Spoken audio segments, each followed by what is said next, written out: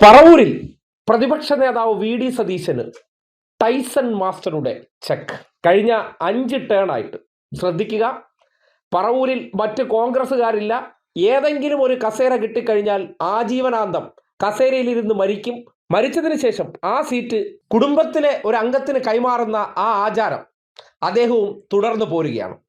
അങ്ങനെ സതീശൻ തുടർച്ചയായ 5-ാം വട്ടവും പറവൂരിൽ നിന്ന് ജയിച്ചതിന് ശേഷം ഇക്കുറി മത്സരിക്കാൻ ഞാനില്ല, തുടർച്ചയായ 5 വട്ടമായി, ഇനി അർഹതപ്പെട്ട ഏതെങ്കിലും ഒരു കോൺഗ്രസ് നേതാവ് അവിടെ നിന്ന് മത്സരിക്കട്ടെ, അതാണ് പാർട്ടിയെ സ്നേഹിക്കുന്ന ഒരു നേതാവ് ചെയ്യേണ്ട കാര്യം.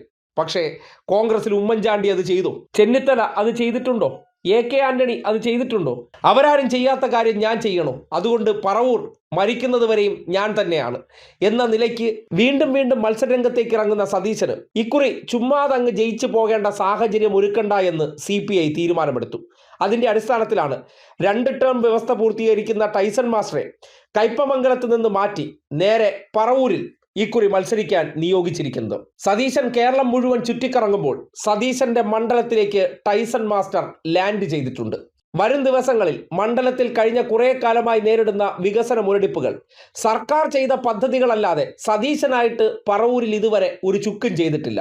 സർക്കാർ കിഫ്ബി പദ്ധതി ഉപയോഗിച്ച് നവീകരിച്ച റോഡുകളും സ്കൂളുകളും ആശുപത്രികളും എന്നതിനപ്പുറം സതീശൻ പ്രളയത്തിന്റെ പേരിൽ പിരിവെടുത്ത് കല്ലിട്ടുപോയ പുത്തൻവേലിക്കരയിലെ പല ഭവന നിർമ്മാണവും ഇന്നും കാട് പിടിച്ച് കിടപ്പുണ്ട്. ഇതാണ് 5 ടേണിൽ അദ്ദേഹത്തിന് ആ നാടിന് വേണ്ടി ചെയ്യാൻ കഴിഞ്ഞത്.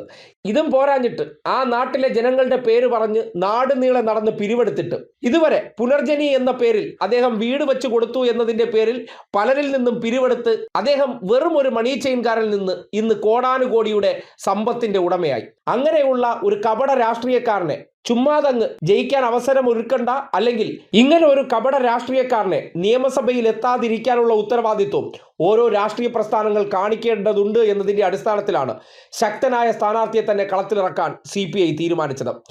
മുൻപ് പറവൂരിൽ ശക്തരായ സ്ഥാനാർത്ഥികളെ നിർത്താതെ സതീശന് RSS ശാഖകളിൽ കയറി BJP സ്ഥാനാർത്ഥി കൂടി ഇല്ലാതെ ഈസി ആയിട്ട് ജയിച്ചുകൊണ്ടിരുന്ന പരിപാടിയാണ് നടത്തിയിരുന്നത്. ഇനി അത് വേണ്ട.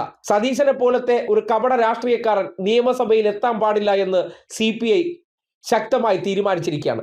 അതിൻ്റെ അടിസ്ഥാനത്തിലാണ് ടൈസൺ മാസ്റ്ററെ പോലെ CPIയിലെ ശക്തമായിട്ടുള്ള മുഖത്തെ രംഗത്തിറക്കിയിരിക്കുന്നത്. കഴിഞ്ഞ തവണ നെക്സൺ എന്ന സ്ഥാനാർത്ഥിയാണ് CPIക്ക് വേണ്ടി മത്സരിച്ചത്.